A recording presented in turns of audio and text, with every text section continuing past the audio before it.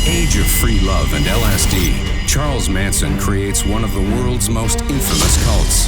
He was very good at sizing people up and then taking advantage of their weaknesses. To 14-year-old Dianne Lake, Manson seems welcoming and seductive. I just felt instantly like I belonged. But when Manson has a dark vision of a coming apocalypse, he orchestrates some of the most brutal murders in modern history. The people there that night were there in the wrong place at the wrong time, and it was evil. When Dianne learns the truth about her so-called family, she has nowhere to run. I was scared to death. What's to stop him from killing me?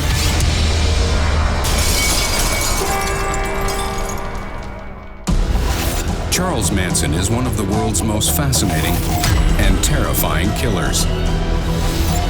In the late 1960s, he amasses a group of followers so devoted to him that they are willing to kill.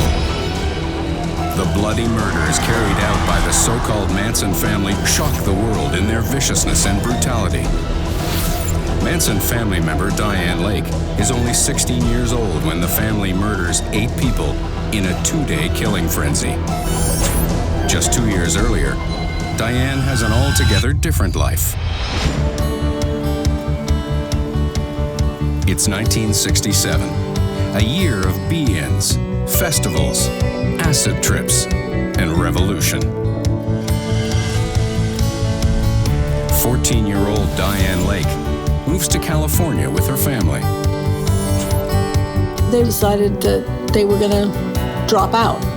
And so they bought bread trucks and started converting them into campers. The hippie lifestyle just kind of evolved. We had communal dinners on a regular basis, smoked pot. My dad introduced me to marijuana and then LSD later on. I took my first LSD trip with my 2 best friends in my living room. But the commune lifestyle means that Dianne has had to grow up fast. So now she's in this lifestyle with them. She's not a little child like her brother and sister. She's in that in-between stage. She can't really fit in with the little children, so she has to fit in with the adults. And that's what she does.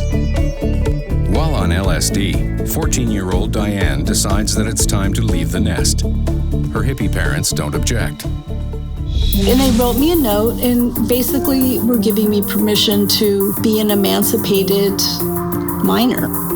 In retrospect, she was 14. At the time, I'm sure she felt like she was an adult and she could handle it, but she couldn't.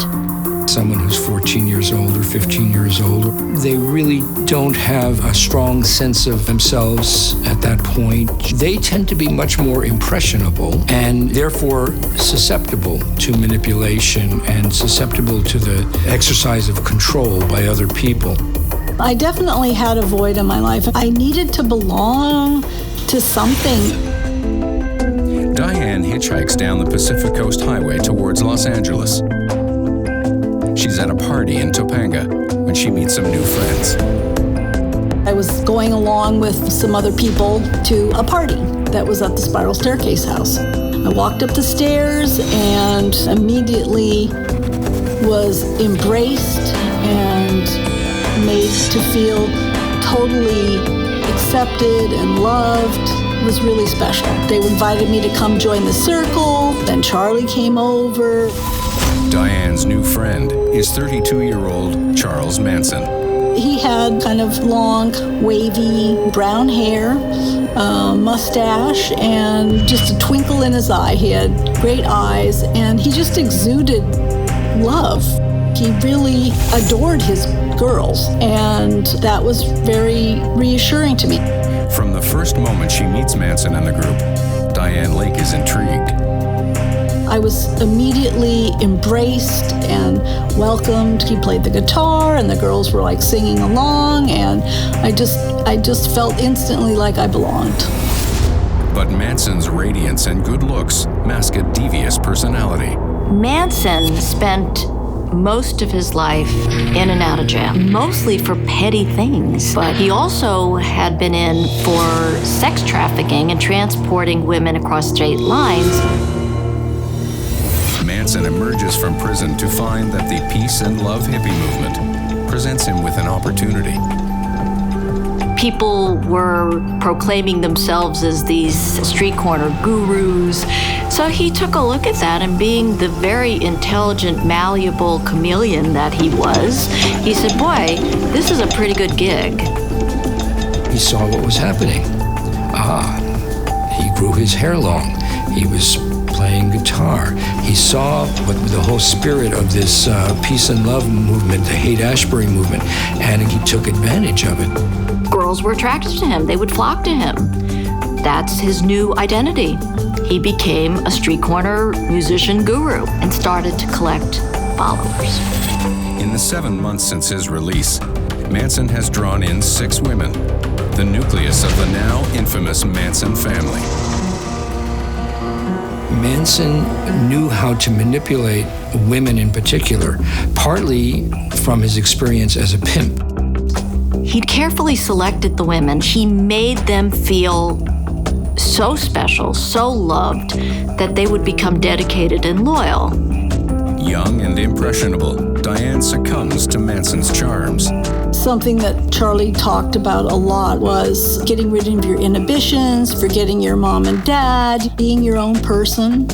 I think that was a core message that he gave out through his songs and through his talk-tos and all of that. He could look at a person and immediately, almost as if by magic, know what their vulnerabilities and their pain points were. He used that. He proceeded to seduce me, but in a very, loving and in a very different way than I had ever been loved before. He took time to do this hand motion, and just very sweet, very gentle, and very loving, very patient. He made me feel very much like a woman, not just a young girl who didn't, know anything. 14-year-old Dianne Lake is hooked. Soon after that first night, Manson invites Dianne to join his family. I kind of went back and forth for probably just a couple of weeks. This one person told me, I don't know if you should go with this guy. He just had a bad vibe, but I didn't see that. And then they were getting ready to leave, and I didn't want to be left behind. Dianne joins her new family as they travel the open road. Charlie had this idea that you could postulate. He called it postulating. You could send out into the universe the things that you needed or wanted, and that they would come to us. And how much manipulation he was doing to provide that, I don't know. His ability to make things happen was pretty astounding, really. And it made me think about connecting with something bigger than ourselves, whether it was cars or gas or food or clothes. Things came our way, and we were able to pretty much survive on a pretty limited, very limited budget. Dianne's life in her new family seems blissful until she comes face to face with Manson's dark side. While they were traveling, they stopped at one of Manson's acquaintances, and they just stayed there to crash overnight. Dianne was very new and was in the honeymoon phase. Evidently, Manson had a toothache. Is there any ice? Yeah. I didn't really realize he had a toothache, but I asked him something. Like, can I help you? He looked like he was in distress. Do you want anything to eat? And he just hauled off and smacked me. And I was shocked. One of the other girls explains to Dianne what she's done wrong. Patty was really very much like a big sister. And she was very, very kind and very nurturing. Patty tried to console me that I needed to not talk out of turn. And that was Charlie's way of disciplining me. It's Dianne's first exposure to Charles Manson's violence. I was just devastated, and I went and crawled into a bed and cried. I just was really hurt.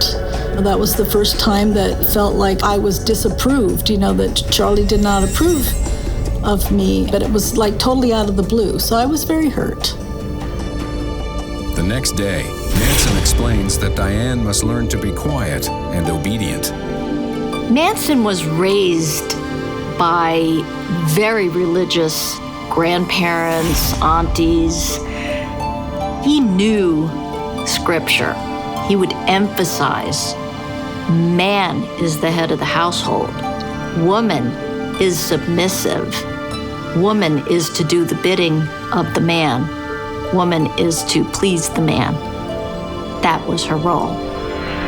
Charlie was kind of reverting back to old school ideas about the role of a man and the role of a woman. I wanted to belong, though, so I took his advice as much as I could. As Manson's power over Dianne grows, he assigns her a new, disturbing role in the family. It was understood for all of Manson's male associates that he came along with his entourage, and what he offered to them was his women. When Manson takes his family to the home of a male associate named Harold True, he offers up young Dianne as payment. You're sleeping with Harold tonight. Charlie told me that, make Harold happy. No. Harold, he's not somebody that I really wanted to have sex with, even if Charlie wanted me to. But Charles Manson is not about to take no for an answer.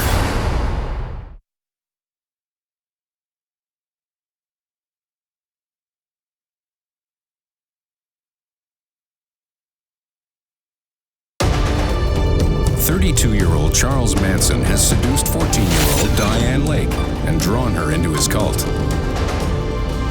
Dianne is devoted, but when Manson demands that Dianne have sex with one of his associates, she refuses. No. Harold, wanted to have sex with me, but he was not attractive to me at all, and not somebody that I really wanted to have sex with, even if Charlie wanted me to.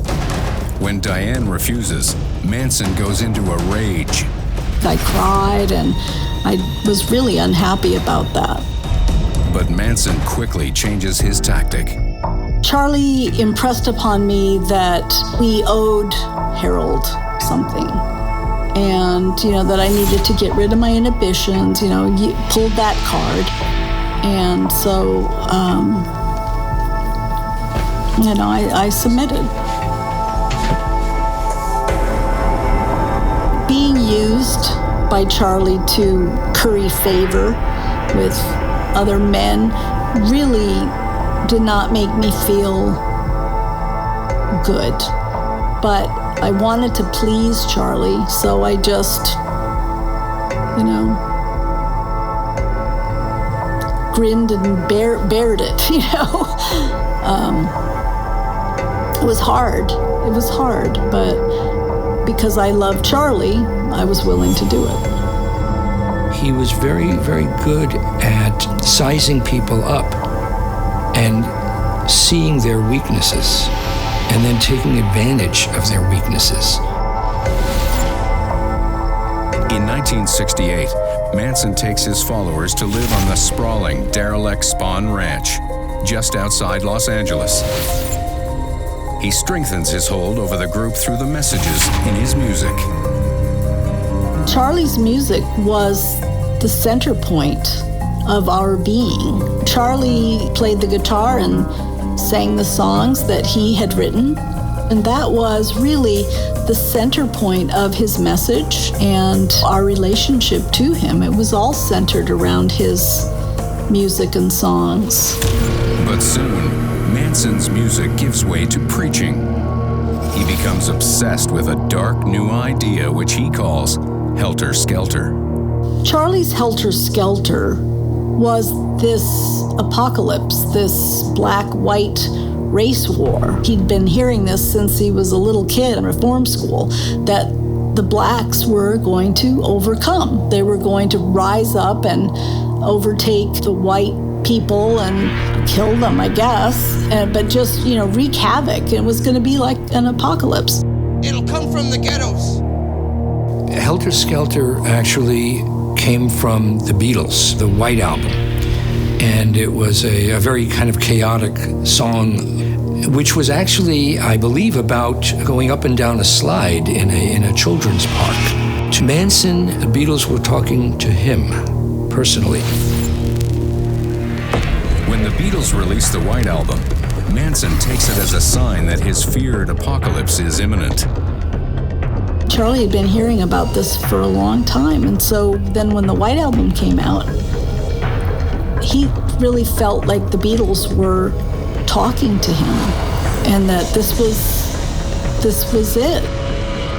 When Manson was describing what was going to happen, he would tell his followers that the blacks were going to rise up, they were going to come out of the ghetto, they were going to go into the rich white neighborhoods, and they would revolt, essentially. They would kill people. And this is what he believed was going to happen. I mean, it just seemed too prophetic, or just the forces were coming together. And this is what Charlie had been talking about. So the White Album was kind of a confirmation. Jesus Christ. I feel crazy even saying it, but that's what we kind of believed. For Dianne, everything changes. The whole energy had changed. The whole energy of everybody in the house. I think that was really probably the apex of his delusion. Dianne soon learns the Charles Manson who preached love and togetherness is gone. I really wanted to reach out to Charlie. I don't think that we had had sex for a while, and I needed and wanted that to happen. And so I took him by the hand, whatever. I let him know that I wanted to have sex with him. I want you to make love to me, Charlie. What? Manson takes Dianne, leads her through the woods to a trailer, and brutally rapes her. He proceeded to sodomize me, which is not what I had in mind for a sexual experience with Charlie. I mean, I wanted to have sex with him like the old days, like back in the day when I felt like he really loved me. I really didn't think of myself as a victim. I just thought that I asked for it. Alone and traumatized, Dianne blames herself for Manson's brutal act. I was just trying at that point to survive. Yeah, I was a very confused young woman. Despite the violence, Manson is able to maintain his power over Dianne. I think Charlie had this big power over me and the other girls because he did make us feel like, in the beginning anyway, that we were his favorite, his best loved, and I think we were all looking to re-experience that, and we just tolerated the things that were happening that we didn't like so much. We were just stupid and naive, and he had isolated us. He'd isolated us from our families, from our friends, and so he became our everything without really realizing it. Charles Manson has achieved complete control over his followers. And he's about to use that control for one of the most gruesome acts of violence in modern history.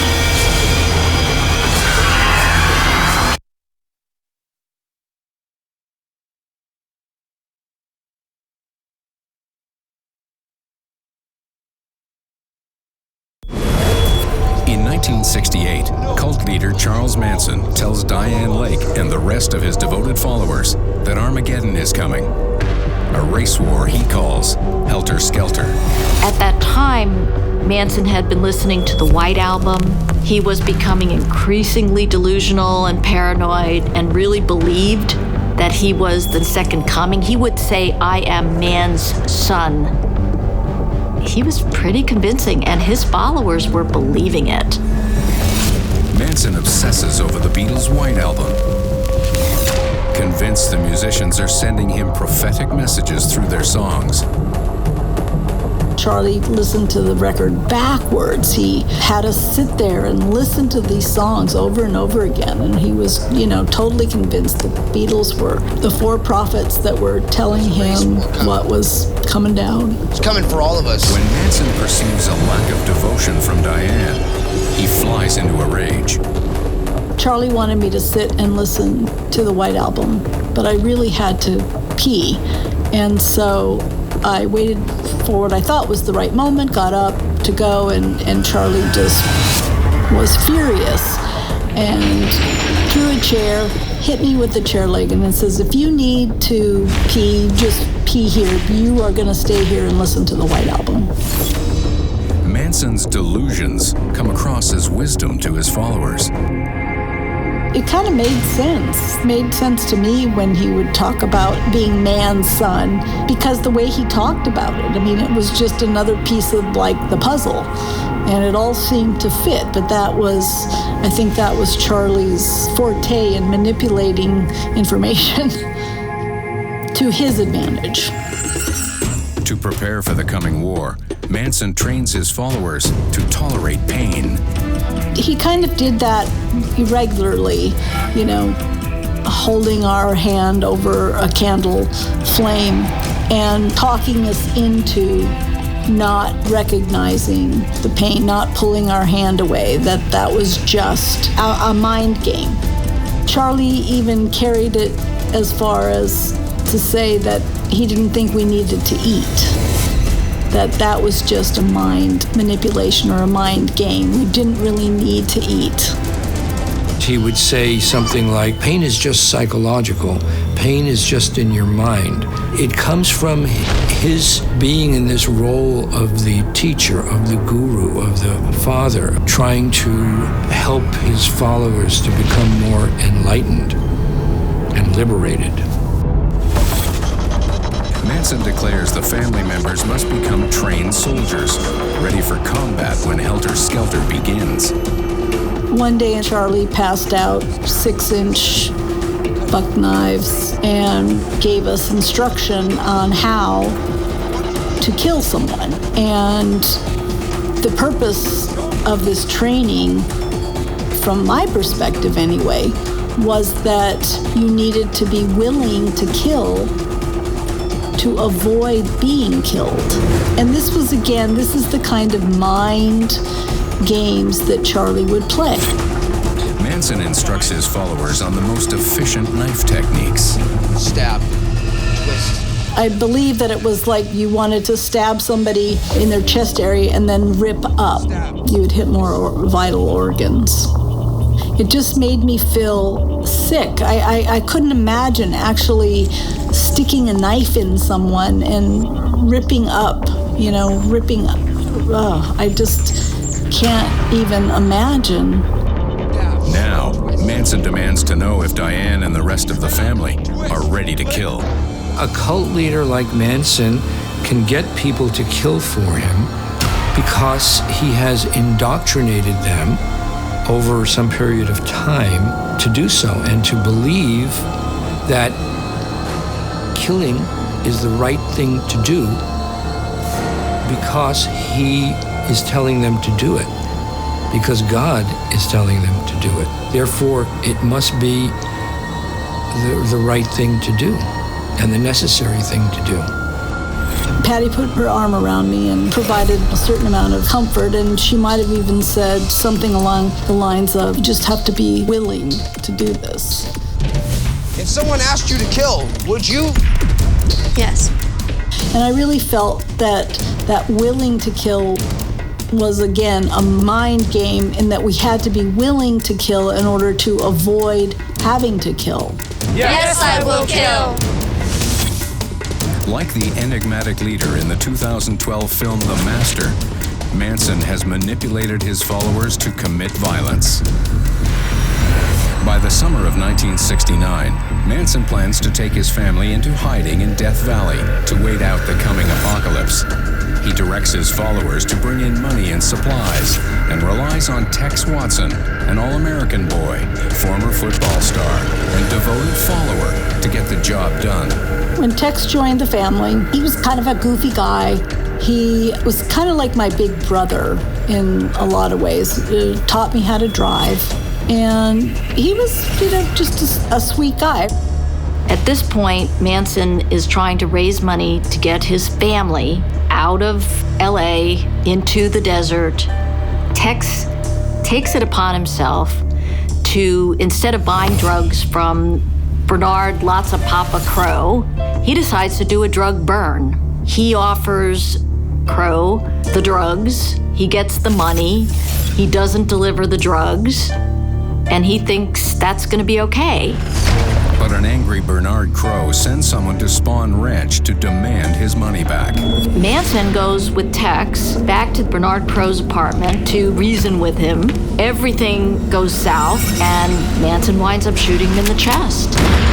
Even though it turns out later that Crow was not killed, Manson's really paranoid because he believes he's killed this man. He believes now the Black Panthers are going to be after them. In Manson's mind, he's just started a war. So it increases the urgency of them having to get out of Dodge. Looking for a big score, Manson pays a visit to Gary Hinman, a mild-mannered Buddhist Manson has done drug deals with in the past. Gary Hinman was a friend of the Manson family. Somehow, it got back to Manson that Gary Hinman might have had cash on hand. When Manson asks for his money, Hinman insists he has none. He threatens Gary Hinman with some kind of saber or a knife that he has. Gary's saying, "Why are you doing this? Why are you doing this? I'm your friend. I don't have any money." Manson doesn't believe him. So he slices his ear. Then he tells the rest of the family members to take care of things. Manson leaves the house, but for the next 3 days, his followers stay behind to question Hinman until he gives up the cash. Gary Hinman is tortured. Ultimately, he is murdered by the girls putting a pillow over his head and smothering him. Dianne Lake is a friend of Gary Hinman, but she's at Spawn Ranch, oblivious to the violence. The phone rang, and I wasn't really supposed to answer the phone, but there wasn't anybody else around. And I answered the phone, and it was Mary, and she said, "Get Charlie, we need help." Something was wrong. I mean, that's what she said. Something had gone wrong. But I didn't know that he'd been killed until I was up in the desert. When police find Gary Hinman's body, they find the words "Political Piggy" scrawled on the wall in blood, along with a bloody handprint, reminiscent of the Black Panther logo.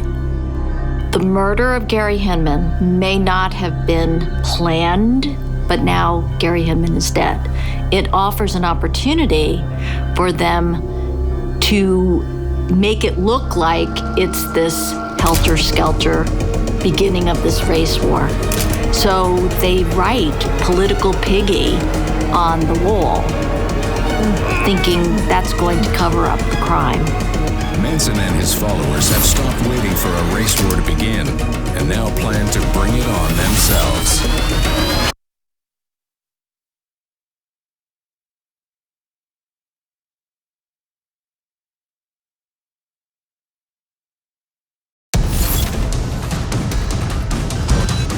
Followers of cult leader Charles Manson torture Gary Hinman to death and stage the murder scene to look like the crime was committed by Black Panthers.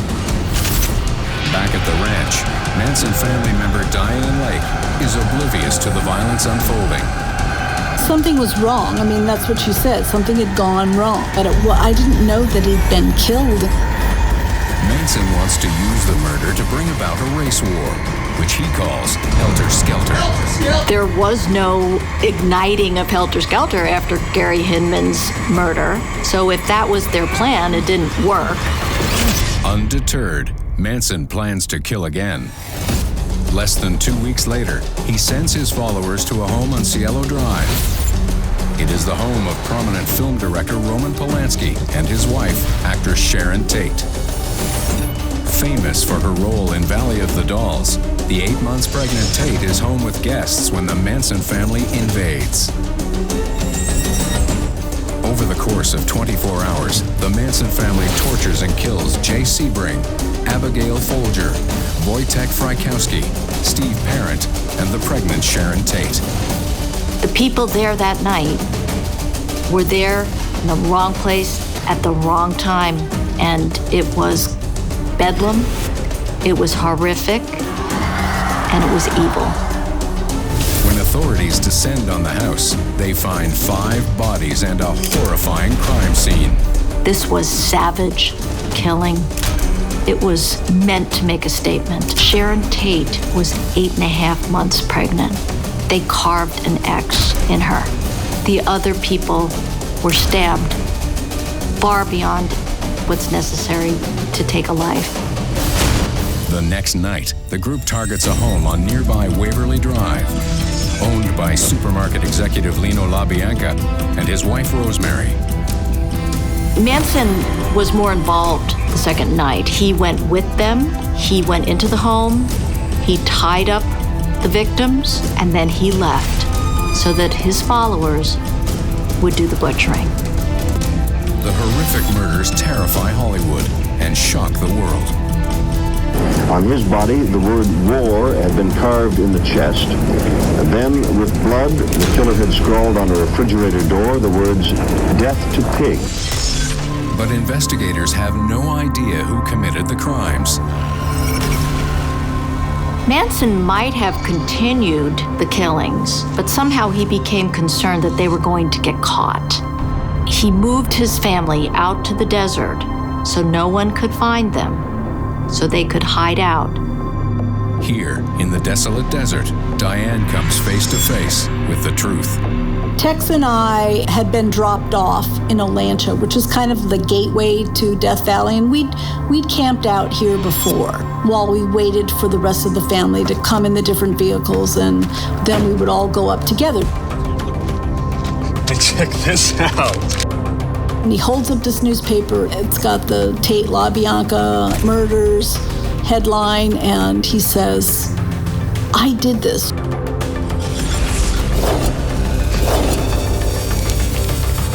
Why? Charlie told us to. And I was shocked. It's like, what? And I hadn't, we didn't have television. We didn't read newspapers. We didn't even listen to the radio. And so I hadn't heard about these murders at all. This was my first knowledge. And for Tex to show me these headlines and then tell me that he did it, that Charlie told him to. And he said it in such a way that made me feel like he was kind of bragging that he'd done this. It was horrifying. In the desert at Barker Ranch, Manson is still a free man, but Dianne Lake feels trapped. I was scared to death, but yet it was like, oh my gosh, if this guy was capable of murder, what's to stop him from killing me if I try to escape? I really felt I had no option but to stay.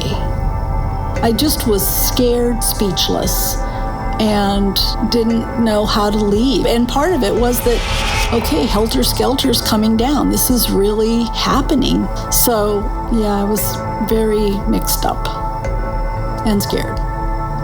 One night at dinner with some of the other girls, Dianne learns more about the murderous rampage committed by the people she loves.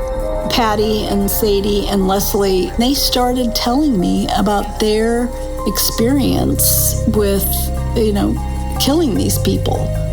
Leslie said that she had stabbed Rosemary LaBianca multiple times, even though she thought she was already dead. Sadie was going on about how she considered saving Sharon's baby, cutting the baby out and saving it. Patty told me that the scene at the Tate house was just blood everywhere, and she wrote some things in blood on the door, and it was just really horrendous. It was the tone that they used. These girls, it was almost gleeful. You know, they had definitely bought into the idea that they were starting Helter Skelter. I was horrified that these girls that I had loved, who were my sisters, could do this. I still was just absolutely shocked. Desperate for a way out, Dianne considers ending it all. I just was despondent. And I went to the tool shed, and, you know, there was a hammer there, and I thought, oh, I'll just hit myself in the head with this hammer, smash my skull, and this emotional pain will be over. I was very close to doing it because I didn't know how to get out of this situation. But I feel like God stayed my hand, and I didn't do it. I took the hammer back to the tool shed and laid it down. Dianne and the rest of the Manson family live isolated in the desert for months, believing they've gotten away with murder. Until October 10th, when police raid the Barker Ranch.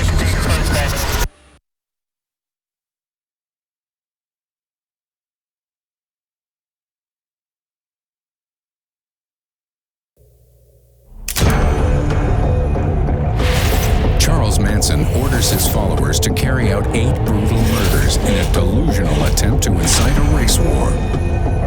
The family, including 16-year-old Dianne Lake, hides out in a remote area in California's Death Valley.